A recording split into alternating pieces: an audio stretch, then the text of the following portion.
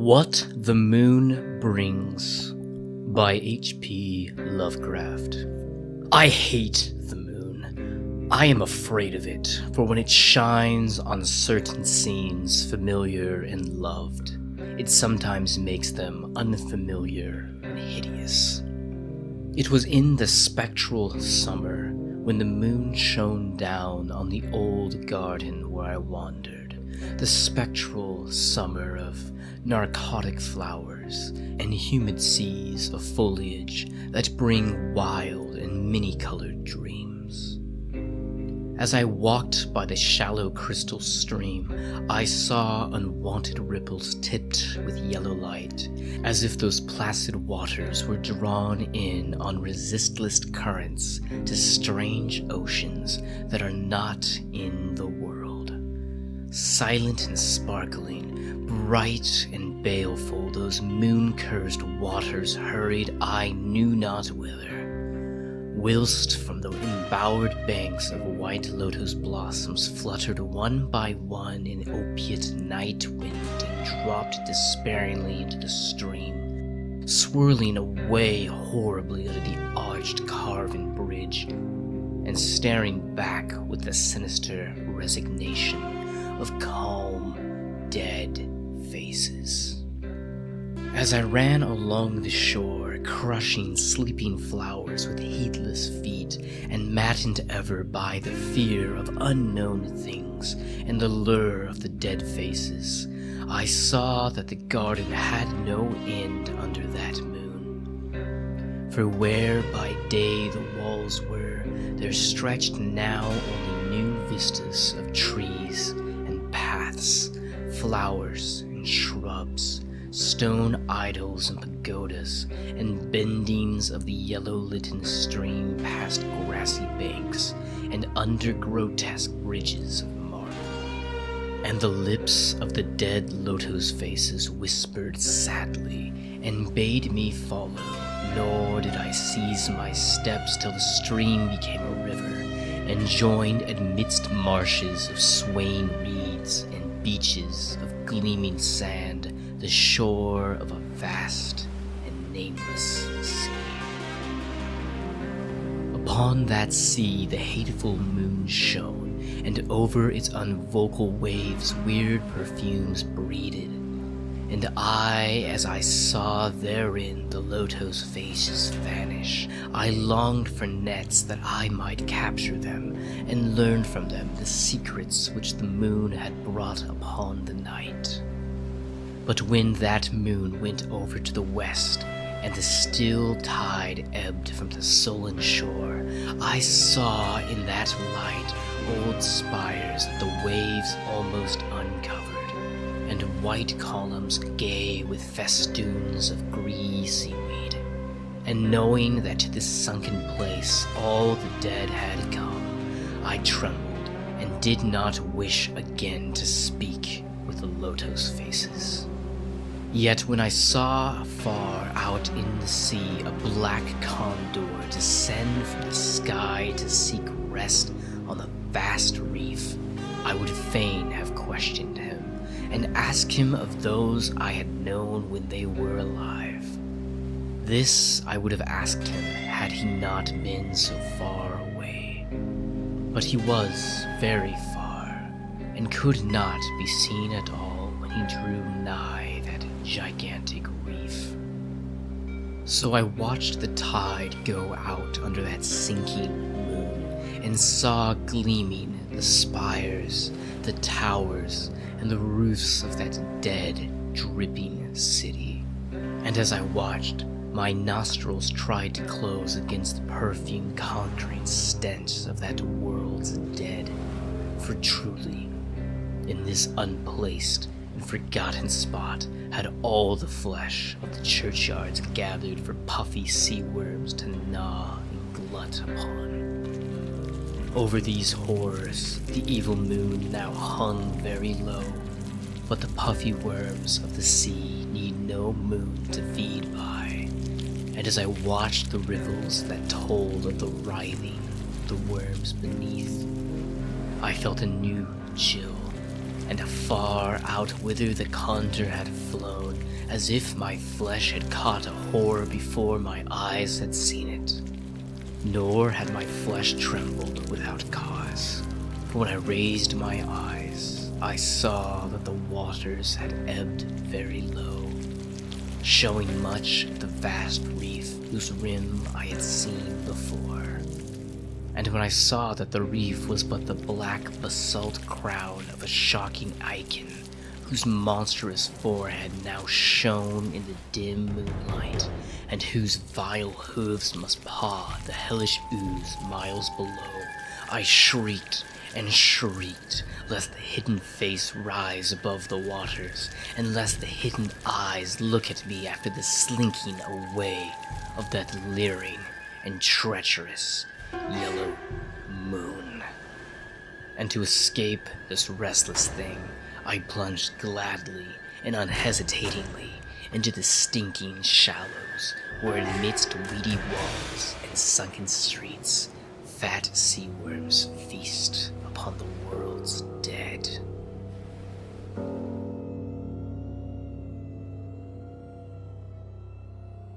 The White Ship by H.P. Lovecraft. I am Basil Ilton, keeper of the North Point light that my father and grandfather kept before me. Far from the shore stands the gray lighthouse, upon sunken, slimy rocks that are seen when the tide is low, but unseen when the tide is high. Past that beacon for a century have swept the majestic baroques of the seven seas. In the days of my grandfather there were many. In the days of my father, not so many.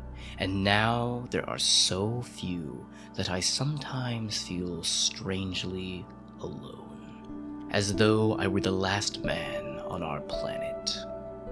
From far shores came those white-sail argosies of old, from far eastern shores where the sun shines and sweet odor linger about strange gardens and gay temples.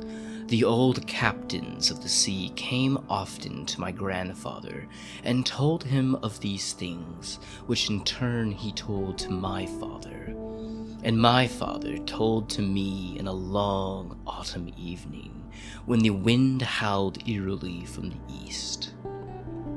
And I have read more of these things, and of many things besides, in the books men gave me when I was young and filled with wonder. But now more wonderful than the lore of old men, and the lore of old books, is the secret lore of the ocean. Blue, green, gray, white or black, smoothed, ruffled, or mountainous, that ocean is not silent.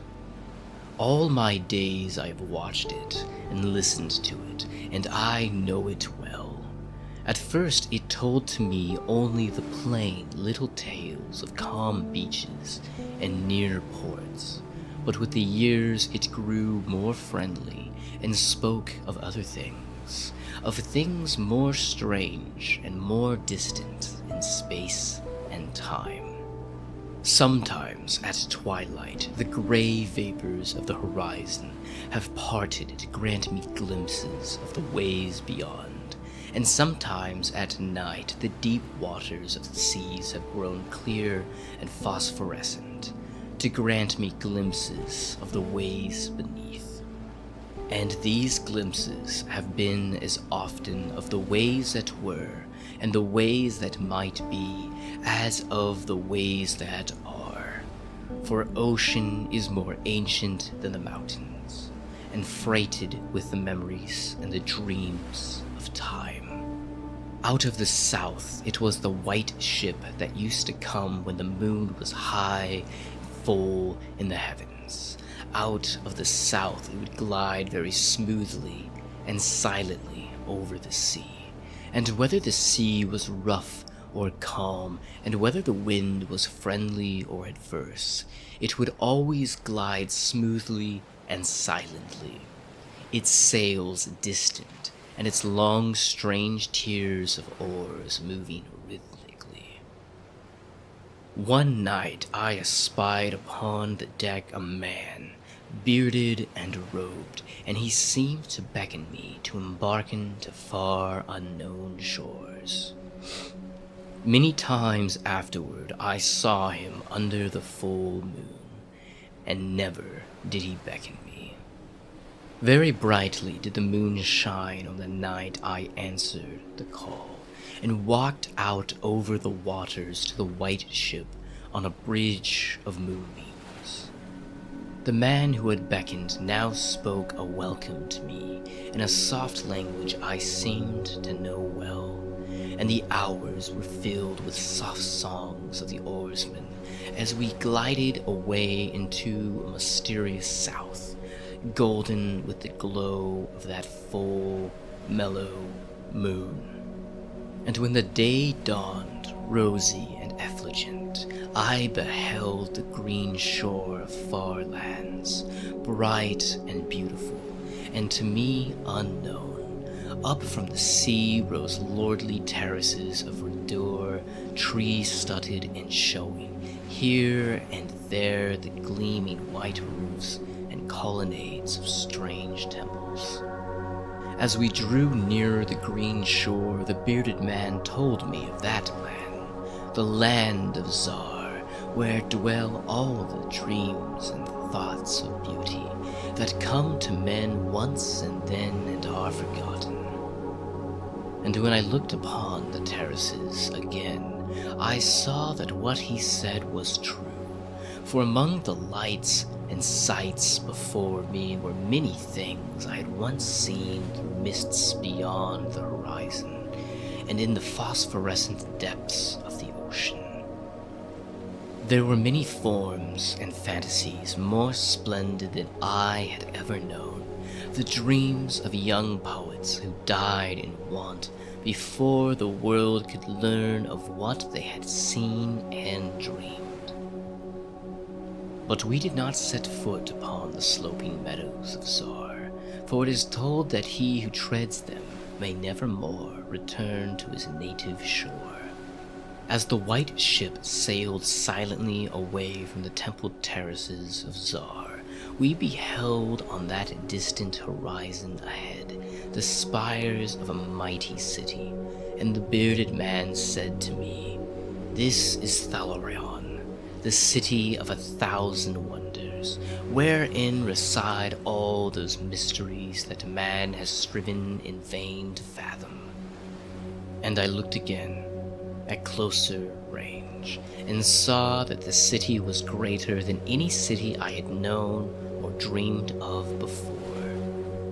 Into the sky its spires of its temples reached, so that no man might behold their peaks, and far back beyond the horizon stretched the grim, gray walls, over which one might spy only a few roofs, weird and ominous, yet adorned with rich friezes and alluring sculptures.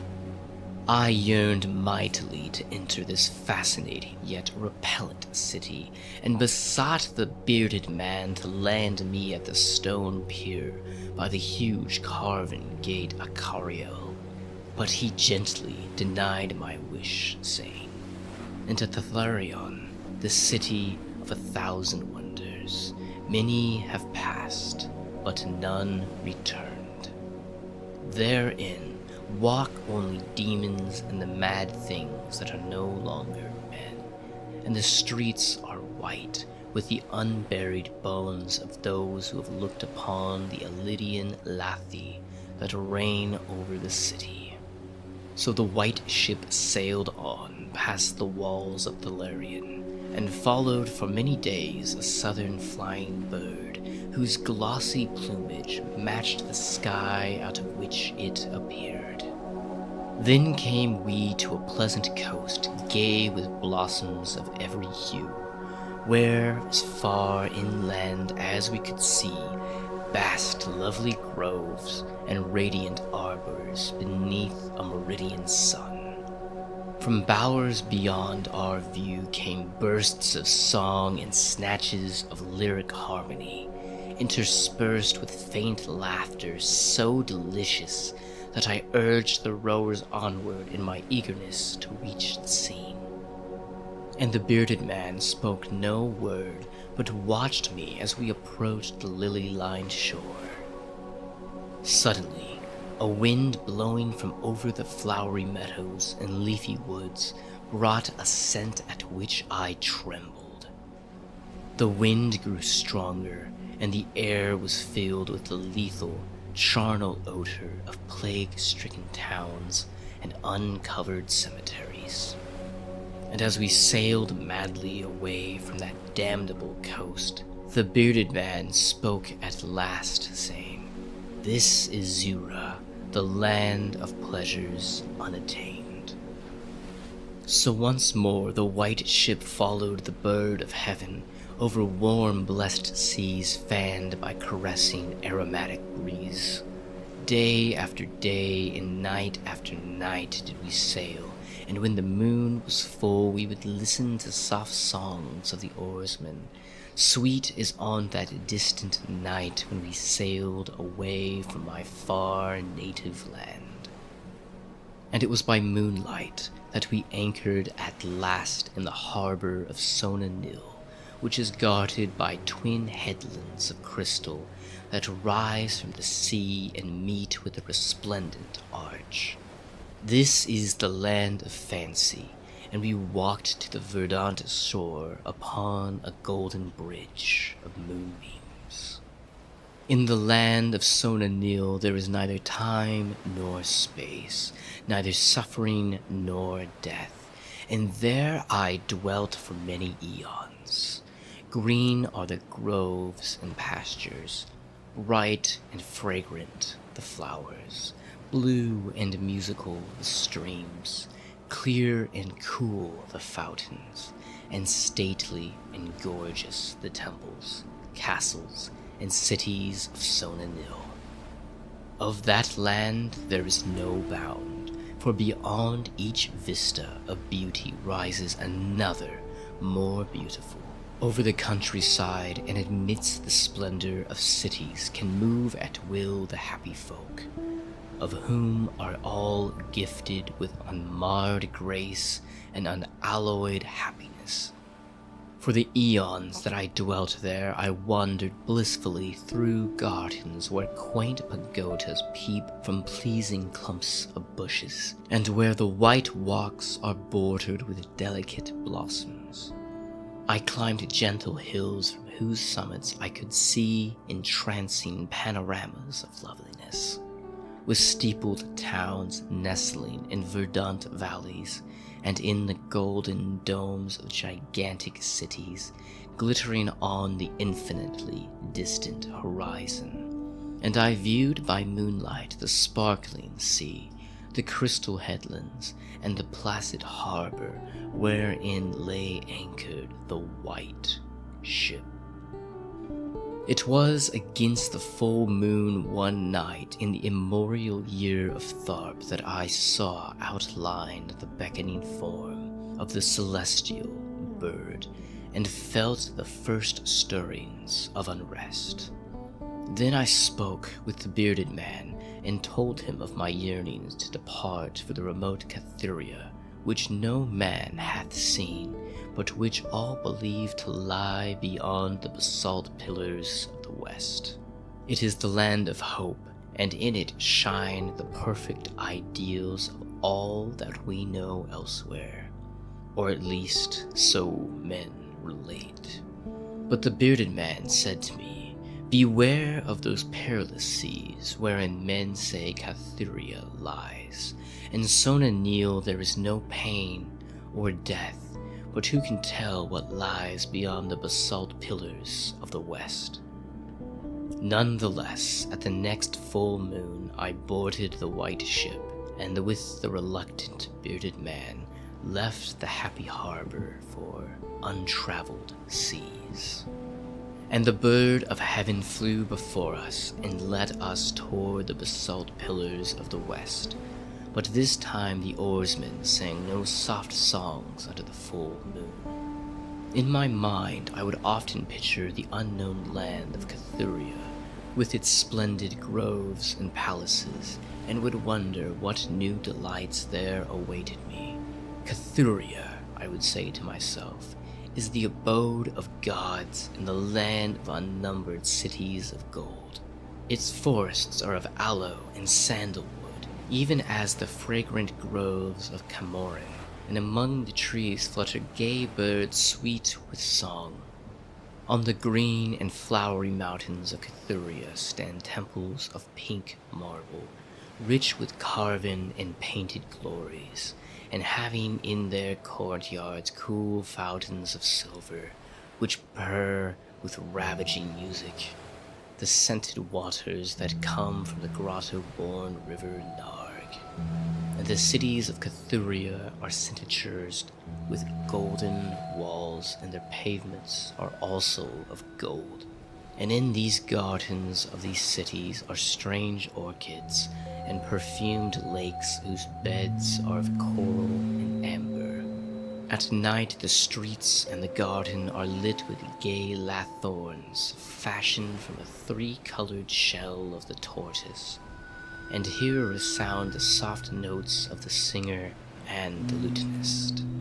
And the houses of the cities of Cathuria are all palaces, each built over a fragrant canal bearing the waters of the sacred Narg. Of marble and porphyry are the houses, and roofed with glittering gold that reflects the rays of the sun, and enhances the splendor of the mountains as blissful gods view them from the distant peaks. Fairest of all is the palace of the great monarch Dorieb, whom some say to be a demigod, and others a god. High is the palace of Dorieb, and many are the turrets of marble upon its walls. In its wide halls many multitudes assemble, and here hang the trophies of the ages. And the roof is of pure gold, set upon tall pillars of ruby and azure, and having such carven figures of gods and heroes that he who looks up those heights seems to gaze upon the living Olympius. And the floor of the palace is of glass, which underflow the cunningly lighted waters of the Narg, gay with gaudy fish not known beyond the bounds of lovely Cathuria. This I would speak to myself of Cathuria, but ever would the bearded man warn me to turn back to the happy shore of Sona Nyl. For Sona Nyl is known to men, but none hath ever beheld Cathuria. And on the 31st day that we followed the bird, we beheld the basalt pillars of the west. Shrouded in mist they were, so that no man might peer beyond them or see their summits, which indeed some say reach even to the heavens.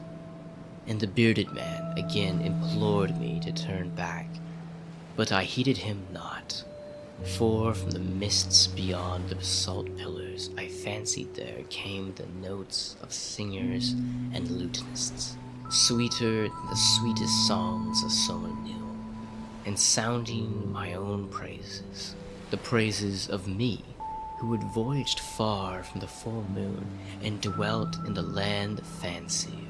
So to the sound of melody the white ship sailed into the mist betwixt the basalt pillars of the west. And when the music ceased and the mist lifted, we beheld not the land of Cathuria, but a swift rushing, resistless sea, over which our helpless baroque was borne towards some unknown goal. Soon to our ears came the distant thunder of falling waters, and to our eyes appeared on the far horizon ahead the titanic spray of a monstrous cataract, wherein the oceans of the world dropped down to abysmal nothingness. Then did the bearded man say to me, with tears on his cheek, "We have rejected the beautiful land of Sona Nyl. which we may never behold again. The gods are greater than men, and they have conquered. And I closed my eyes before the crash that I knew would come, shutting out the sight of the celestial bird which flapped its mocking blue wings over the brink of the torrent.